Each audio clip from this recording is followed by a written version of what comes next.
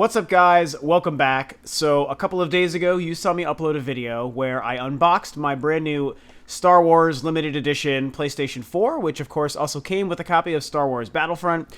Battlefront is a pretty huge deal in the gaming world right now because Star Wars is a huge deal in the actual world right now. It's a pretty exciting time. Episode 7, The Force Awakens, is weeks away, less than one full month. So it's a great time to be a Star Wars fan. There's a lot of things happening there. Star Wars Battlefront, of course, one of the most hyped games for the year when it was first shown off back in Star Wars Celebration, which was in April or May or so. It might have even been June, actually. Earlier this year, Star Wars Celebration, of course, happened. It was when we got our first full official kind of glimpse at Star Wars Battlefront, the new kind of revised edition of what was going to be Star Wars Battlefront 3, which we know was, of course, canceled for the 7th generation, which was, of course, very unfortunate when I think Pandemic Studios actually shut down, who was going to be doing it. And then, Lucasfilm got sold to Disney when George Lucas retired. They closed down LucasArts.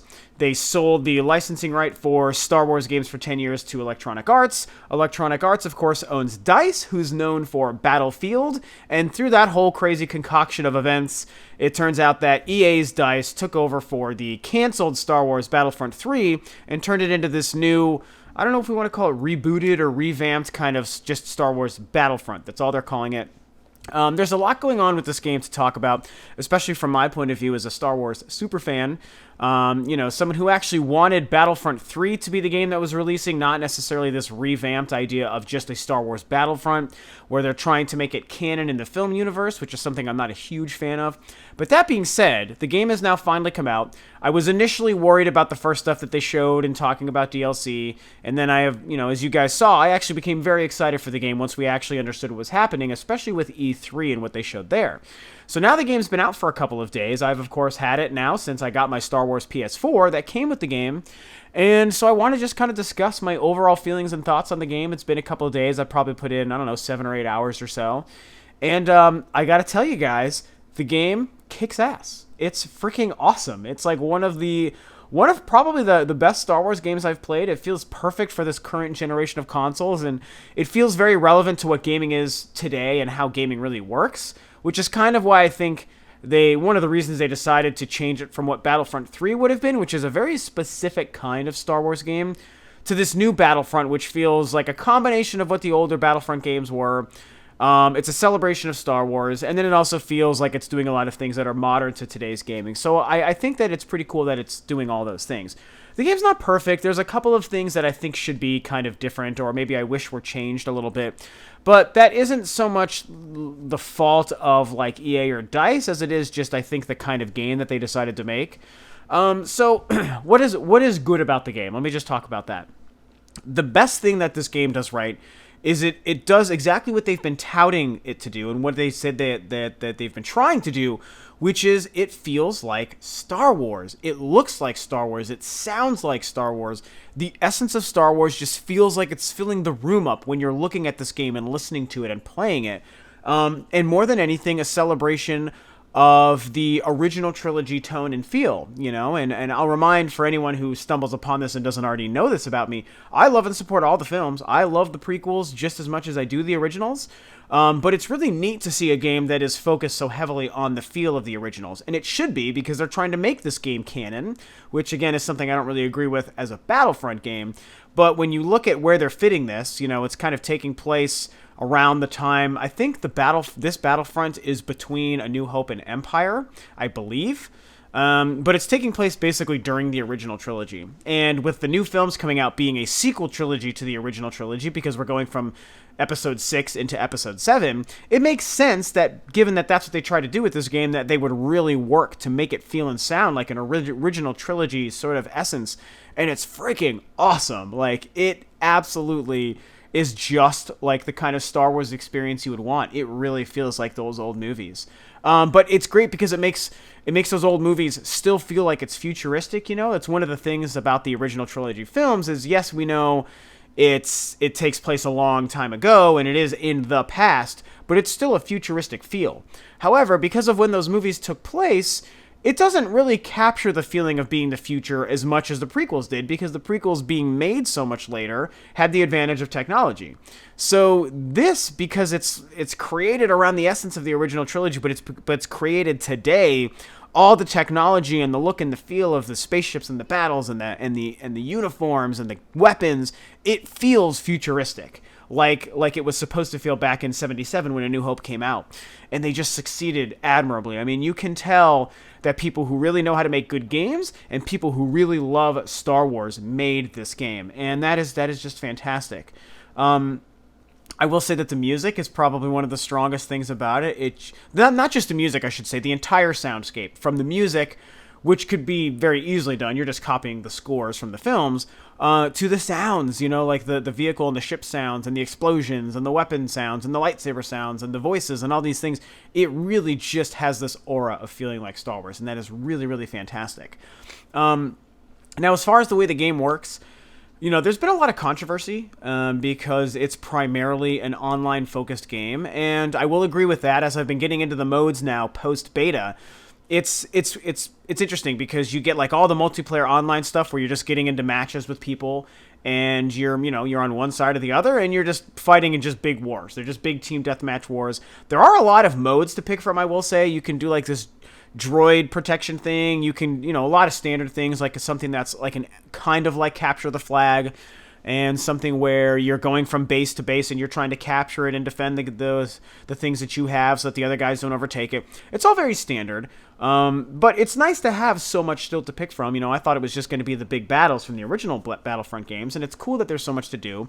And there's also a whole element of the game that are all these missions, and what's great is you can do all of the missions, of which there are a pretty good amount to pick from right off the bat. Like this launch day release has like 8 or 9 missions, I think. Some of them are just like battles with like waves of enemies, and the other are where you actually get to play as the heroes and the villains, which is really great.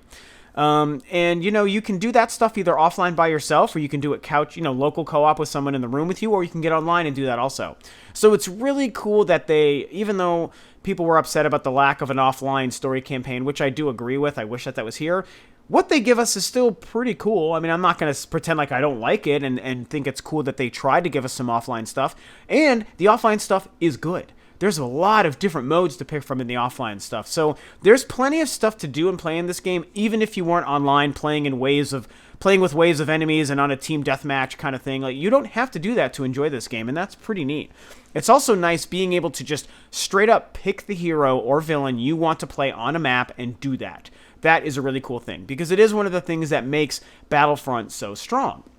Now, I do have to talk about some of the things that are kind of letting me down. Not so much as a Star Wars fan, but just as a Battlefront fan.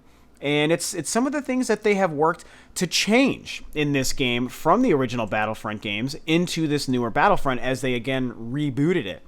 And there's a couple of things. I think the number one thing for me is the way the battles play out when you're online with people feels very different. A very subtle change that they've made with this game that I think is not a good change is you can't pick your spawn points.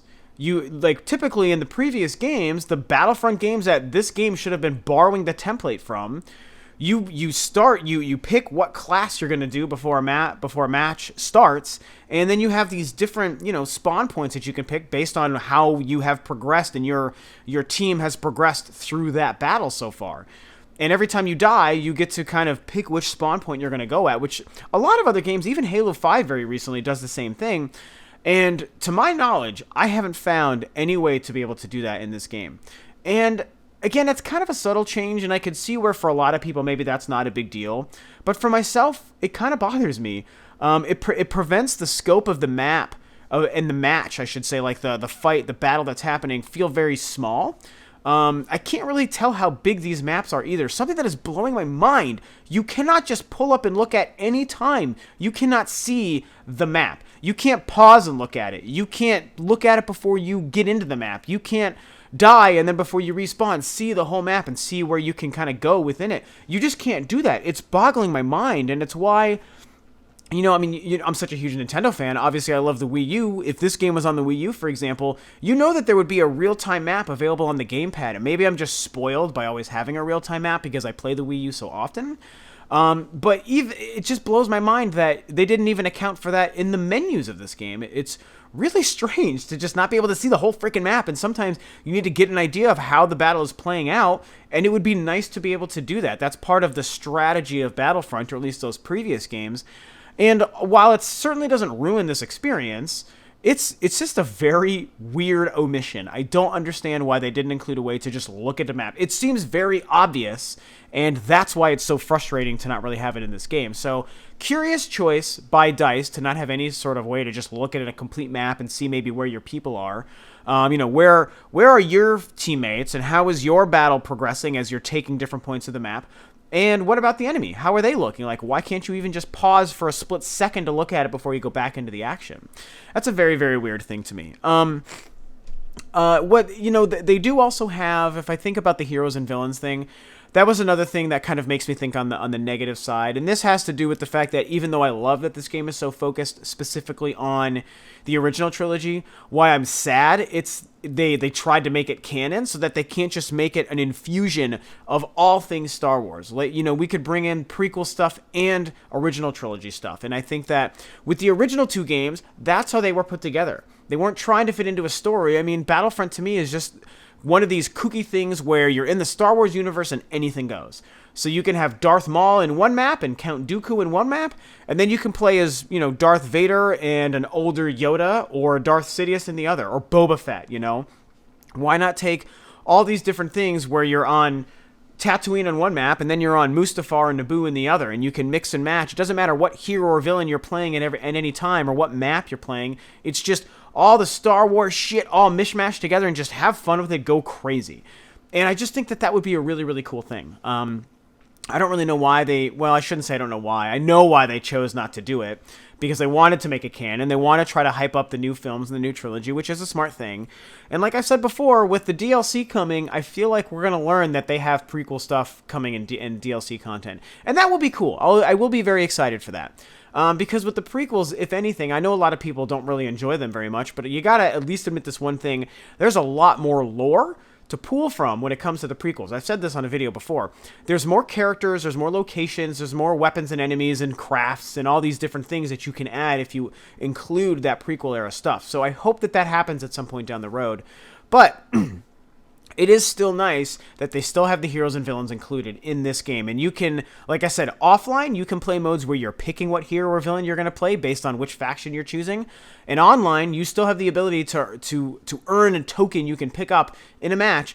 And all of a sudden, you can bring Luke Skywalker onto the field, and you can play as Luke Skywalker. You can play as Darth Vader. I played as Boba Fett, and it's so amazing to play as Boba Fett. He is the best hero or villain I've even played as so far. I played as Palpatine. That was insane to be able to do. He actually isn't a very good character to play as, but it's still just cool to control Palpatine of all people and just run around in that cloak and just devastate people with lightning, with Force lightning. It's so freaking cool that you can do that, So I guess, I don't know, the other thing I didn't talk about that's a very good thing, I'm glad I remembered this, is the visuals. It's so gorgeous, I don't even know how to explain it. I think that this is a good example of what the Frostbite engine can really do. And I haven't really played much from DICE. I dabbled in Battlefront 3. I didn't even touch or did I say Battlefront or Battlefield? Battlefield is what I meant. Now I can't even keep them straight in my head. So Battlefield 3, I dabbled in. Battlefield 4, I didn't touch at all. Not because I didn't care about it, but I just didn't play it. And so I know that the Frostbite engine and the Battlefield games are supposed to be like the best looking games ever and yada yada. So if they've really taken what they can do with that Frostbite engine and infuse it into Battlefront, they've done an amazing job. It is the best looking video game I have ever seen. Me personally. There might be better games that you've seen in the best looking game, blah blah blah, Crytek engine, Crysis this or that, whatever, that's fine. There might be better looking games. The best game I've ever seen to this day is Battlefront. And you've heard me say it many times, graphics don't make the game, and I don't need good graphics to have a game be good, but there is no denying when a game is stunning, and what this game does is stunning. I'm playing on the PlayStation 4, of course, because of my Star Wars PlayStation 4 you saw me unbox the other day, and it's just the most visually pleasing thing I've ever seen, and it's so cool that it happens to be a Star Wars game, and where they're trying to capture the original trilogy look and feel because they do it so well. It is to die for. The lighting and the reflection, like, it blows my mind. I didn't even know this was possible in a video game. So, you know, that's just what I have to say there. It's one of the best looking games I've ever seen. It's great having the heroes and the villains. I don't mind, you know, the lack of an actual campaign for a Battlefront game, because it is just about the big battles where everything goes. So I think the online modes are great. I think the offline modes are great. I love the heroes and the villains. I got to play as Boba Fett. That's great. I'm going to go play it some more. I'm just hoping for prequel content to come down the road, you know, because seeing what DICE could do with the original trilogy content is jaw-dropping. So to imagine the prequel stuff where there's just a vast array of different things that they can add, you know, arguably prettier, just when you think of the visual standpoint, that gets me really excited. So whether they do it in a whole separate game or DLC content updates for this or whatever, it's just really exciting to think about what's going to happen there. So, you know, those are my feelings on Battlefront so far. I'm loving the game. It's not perfect. There's a couple of things that are kind of a bastardization of what Battlefront is supposed to be. Trying to make it canon, focusing only on one trilogy, limiting the heroes and the villains and this and that. But everything else it does is so great. It's fun as hell to play. The controls are fantastic. The visuals are the best I've ever seen. The sound is to die for. And it's just a great game. It's celebrating Star Wars at the perfect time to celebrate Star Wars. You know, everyone loves the original trilogy. You know, some people go back and forth on the prequels. That's fine.